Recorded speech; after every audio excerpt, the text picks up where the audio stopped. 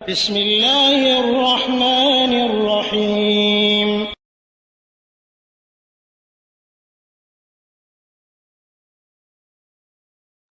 بسم الله الرحمن الرحيم الحمد لله رب العالمين والصلاة والسلام على أشرف الأنبياء والمرسلين نبينا محمد وعلى آله وصحبه أجمعين أما بعد ওয়ালাইকুম আসসালাম ওয়া রাহমাতুল্লাহি ওয়া বারাকাতুহু। সম্মানিত ভাই, আপনি প্রশ্ন করেছেন যে মোসার ব্যাপারে অনেকে বলে যে চামড়ার মোজা লাগবে না।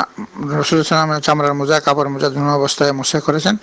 মোসাহ করার মূল উদ্দেশ্য হচ্ছে মানুষকে কঠিন মানে সহজ করে দেওয়া, একটা অসুবিধা থেকে সহজ করে দেওয়া, অর্থাৎ মোজাটা খোলা উজু করে একটা অসুবিধা, এই ক্ষেত্রে একটা সুবিধা তাকে দেওয়া হয়েছে যে সে যদি স্থায়ীভাবে বসবাস করে একদিন এক রাত্র সে মোসা করতে পারবে। এই সেটা মোজাটা মোটা হোক চিকন হোক, মূল কথা হচ্ছে উদ্দেশ্য হচ্ছে যে মোজা খুলতে গেলে আবার খুলে উজু করে লাগায় পরানোটা এটা একটা কঠিন, একটা কষ্টকর জিনিস। এই কষ্টকর জিনিসটা দূর করার জন্য তাকে এই কষ্টকর জিনিস থেকে তাকে সহজে যেন সে এই আল্লাহর ইবাদতবন্দি করতে পারে, এই জন্য তাকে এই সহজ ব্যবস্থাপনা করা হয়েছে। সেটা হচ্ছে মোসাহ করা। সেই মোসাহ করার বিধান কোরআন হাদিস দ্বারা প্রমাণিত, এবং সেখানে পাতলা বা মোটার কোনো কথা বলে না। চামড়ার যদি চামড়ার মোজা পরে সেখানেও মোসাহ করতে পারবে, এবং সে যদি কাপড়ের মোজা পরে সেটাও মোসাহ করতে পারবে, এবং হালকা মোজা যদি হয় সেটাও সে মোসাহ করতে পারবে। এখানে মোটা বা পাতলা হালকা এই কথা বলা হয়নি, মোজার কথা বলেছে। মোজাটা চামড়ার হোক, কাপড়ের হোক, হালকা হোক।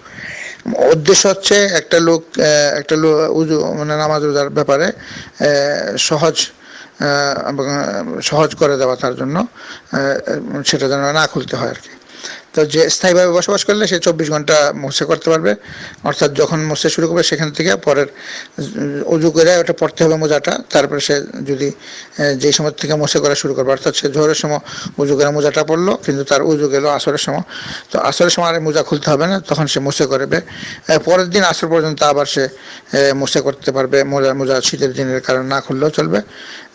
আবার 24 ঘন্টা পার হয়ে গেলে সে আবার মোজা খুলে উজু করে পড়বে, আবার সে 24 ঘন্টা। এটা হলো স্থায়ীভাবে মুকিম অবস্থা। আর যদি সে সফরের অবস্থা থাকে, সফরে আরও সহজ করে দেওয়া হয়েছে 3 দিন 3 রাত্র।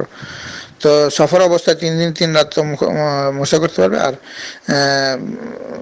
ঘরে বসবাসকারীকে একদিন এক রাত্র। কিন্তু যদি ফরজ গোসল স্বপ্নদোষ হয়ে যায় বা ফরজ গোসল দরকার, তখন এটা খুলে ফেলতে হবে। খুলে তাকে উজু গোসল করে তারপরে আবার সে উজু করে পড়বে।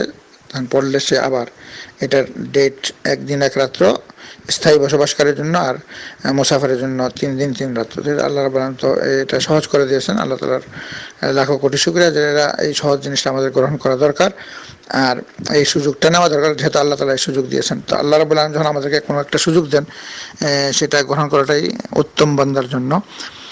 আর দ্বিতীয় প্রশ্ন, আপনি টয়লেটে পেশাব করে কমেটে পেশাব করে বলতেছেন, কমেটে যদি পেশাব করতে অসুবিধা হয় বা এখানে নাপাকি লেগে যায় বা আপনার কোনো অসুবিধা হয়, তখন তারা করতে পারেন। কিন্তু উত্তম হচ্ছে বসে পেশাব করা, স্বাস্থ্যের জন্য সেটা উপকার, এবং দাঁড়ায় করলে অনেক কিছু মানে পরিপূর্ণভাবে ক্লিয়ার হয় না, অসুবিধা হতে পারে। তারপর যদি অসুবিধা হয় সেক্ষেত্রে যেন শরীরে নাপাক না লাগে এবং কাপড়ে ছিটা না পড়ে, এই ধরনের যদি দ্বারা বসা করলে অসুবিধা হতে পারে, মানে জরুরতের ক্ষেত্রে দ্বারা করা যাবে, তাতে কোনো অসুবিধা নেই। আল্লাহ রাব্বুল আলামিন আমাদেরকে দ্বীন ইসলামের সকল ধরনের বিধান সহিভাবে বোঝার এবং আমল করার তৌফিক দান করুক। সাল্লাল্লাহু আলা নবিয়িনা মুহাম্মদ ওয়া আলা আলিহি ওয়া সাহবিহি আজমাইন বিরহমাতিকা ইয়া আরহামার রাহিমিন।